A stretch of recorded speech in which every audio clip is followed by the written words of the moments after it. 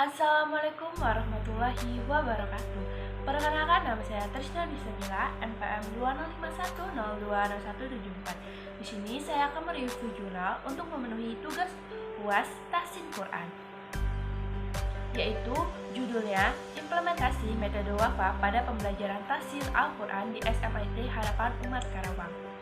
Nama jurnal, Jurnal Pendidikan Islam Volume 8 Nomor 2 Tahun 2021, yang ditulis oleh Winda Arum Singarani, Zainal Arifin, dan M. Fatul Rahman. Yang selanjutnya, latar belakang. Ilmu tajwid dalam rangka tahsin Al-Quran adalah menjaga lidah dari kesalahan ketika membaca Al-Quran sehingga dapat membaca ayat-ayat Al-Quran dengan baik atau fasih, sesuai dengan yang diajarkan Rasulullah Shallallahu Alaihi Wasallam. Kesalahan membaca Al-Quran disebut dengan al-lahnu, karena membaca Al-Quran adalah suatu kegiatan dalam arti luas, bukan hanya untuk melisankan huruf, akan tetapi mengerti apa yang diucapkan. Dia meresapi isinya serta mengamalkan apa yang terkandung dalam Al-Quran, yang merupakan kitab umat Islam. Dalam proses pembelajaran, metode mempunyai peranan yang sangat penting dalam upaya pencapaian tujuan pembelajaran yang diharapkan. Tujuan inti dari metode dalam pembelajaran Al-Quran adalah untuk mempermudahkan para pembelajar dalam belajar Al-Quran dengan cepat. Di antara metode pembelajaran tahsin Al-Quran terdapat metode Iqra, Tilawati, Badariyah, dan Qiraati, Ummi, dan termasuk juga metode Wafa. Jadi, metode Wafa adalah metode belajar Al-Quran dengan mengoptimalkan kemampuan otak kanan. Metode Wafa ini sebagai salah satu sistem dan metode pembelajaran Al-Quran yang komersif, mudah, dan menyenangkan. Selanjutnya, tujuan penelitian. Jadi, penelitian terkait implementasi metode Wafa pada pembelajaran tahsin Al-Quran. Al-Quran adalah sumber hukum dan pedoman hidup bagi umat manusia. Sebagai umat Islam penting untuk mempelajari Al-Quran. Salah satunya belajar membaca Al-Quran dengan sesuai dengan kaidah tajwid. Salah satu sekolah dalam membantu siswa belajar membaca Al-Quran adalah dengan mengadakan pembelajaran tahsin Al-Quran. SMIT Harapan Umat Karawang menggunakan metode Wafa dalam pembelajaran tahsin Al-Quran siswa. Metode Wafa merupakan inovasi metode pembelajaran Al-Quran dengan memaksimalkan pendekatan otak kanan dan komersif, mudah, dan menyenangkan. Dalam proses pembelajaran menggunakan metode 5P, yaitu pembukaan, pengamalan, pengajaran, penilaian, dan penutupan, serta menggunakan nada hijaz.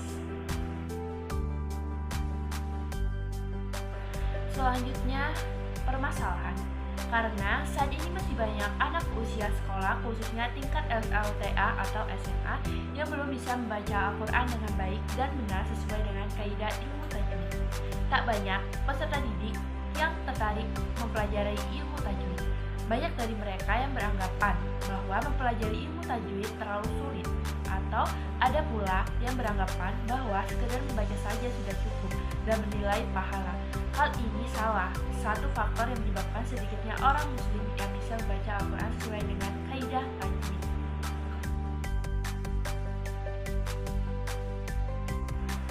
Selanjutnya, metode penelitian. Jadi, jenis penelitian yang digunakan ialah penelitian lapangan yang bersifat kualitatif deskriptif.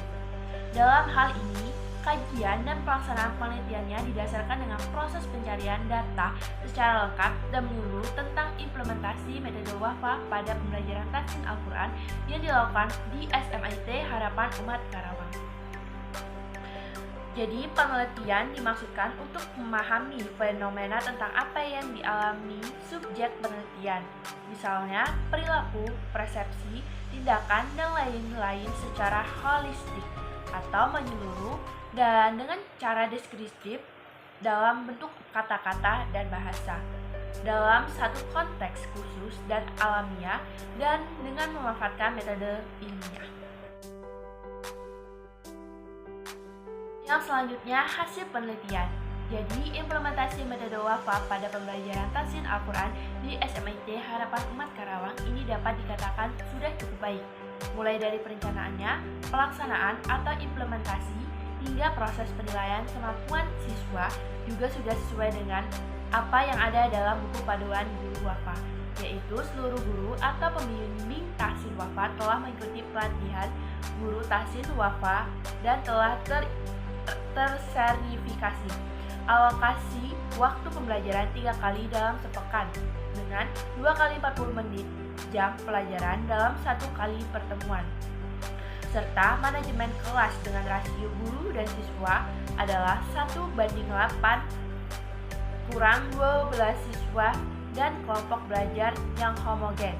Kelompok belajar tersebut ditentukan pada kelas 10 semester ganjil di mana siswa terlebih dahulu dites kemampuan membaca Al-Qur'annya untuk menentukan tingkat membaca Al-Qur'an dari bab 1 sampai 3. Adapun untuk kemampuan membaca Al-Qur'an siswa SMA ID Harapan Umat Karawang, siswa telah mumpuni dan menguasai di halaman atau di bab WAFA yang siswa tekuni atau pelajari masing-masing sesuai dengan target pencapaian yang direncanakan guru atau pembimbing tahsin WAFA di tiap semesternya.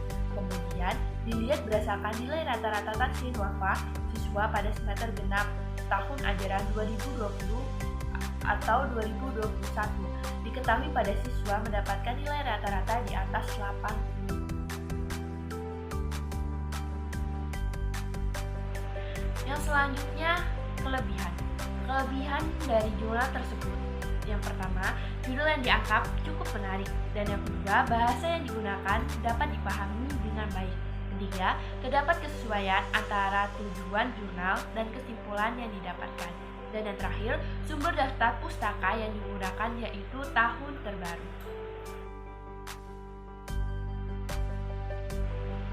Dan yang terakhir, kekurangan. Kekurangan dari jurnal tersebut, yang pertama, abstrak yang masih menggunakan bahasa Indonesia. Dan yang kedua, pada pendahuluan yang berisikan latar belakang terlalu panjang, tidak langsung pada intinya. Dan yang terakhir, pengulangan kata yang terlalu sering digunakan. Sekian reviewan jurnal dari saya akhiri. Wassalamualaikum warahmatullahi wabarakatuh.